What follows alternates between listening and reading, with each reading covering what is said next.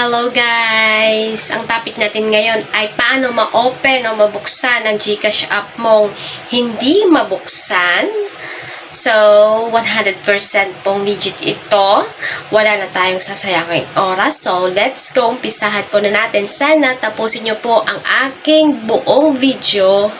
At kapag may natutunan po kayo, at kung may katanungan po kayo, pwede po kayong mag-comment sa aking comment section. At huwag nyo rin pong kalimutang i-like, i-share, at mag-subscribe sa aking channel.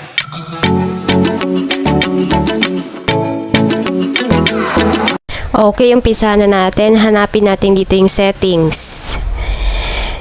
Ayan. Dito sa settings, punta tayo dito sa apps o kaya apps management, app management.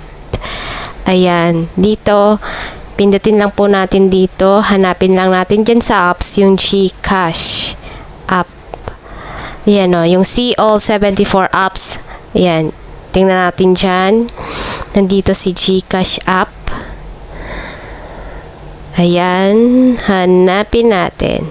Ayan, pinindot ko ang GCash app at pindutin nyo po yung force stop.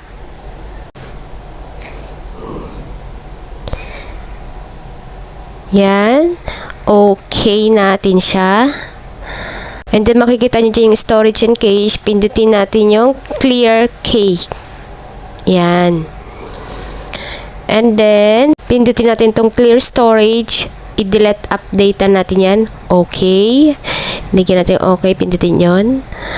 And then, mag-uninstall natin siya. I-install. Yan. Do you want to uninstall this app? Di okay. Ayan. Tapos, titignan natin dito yung about phone. Dito din sa setting, pindutin yung about phone. Ayan yung version. Tapos yung build number, kailangan maka 8 times kayo hanggang sa lumabas yung developer option. Ayan o, sa baba makikita niyo yung developer option. Ayan o, you are now a developer. Yan, pag pinindot natin ng 8, saka lalabas yan. Kasi hindi basta-basta na lumalabas yan dyan. Kailangan kasi pinipindot yung version na yon. Tapos, hanapin mo dito yung developer option. Dito rin sa settings na to. Ayan o, saka lalabas yan o. Yung developer options. Yung system developer options. Yan. Tapos, di ba naka-on yan? I-off natin siya. Tapos, i-restart natin yan.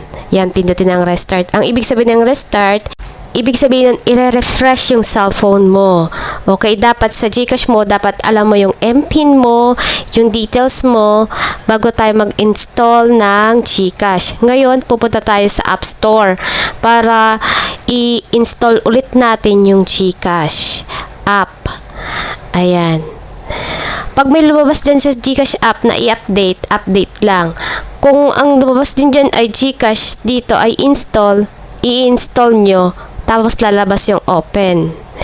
Ayan. Dito i-install ko yung GCash. Ayan.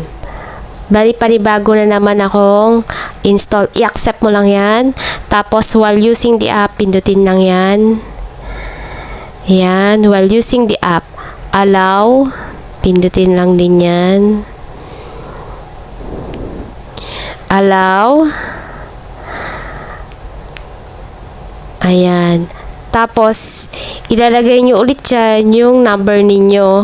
Kung gusto mo pindutin yung share location, pindutin mo. Tapos, makikita mo dito yung I want to register this phone. Ibig sabihin, magre-register ulit siya dun sa phone mo, yung GCash mo.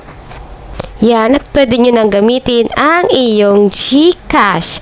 Sana'y may natutunan po kayo sa aking video. Pwede po bang pa-share, pa-like, at pa-subscribe?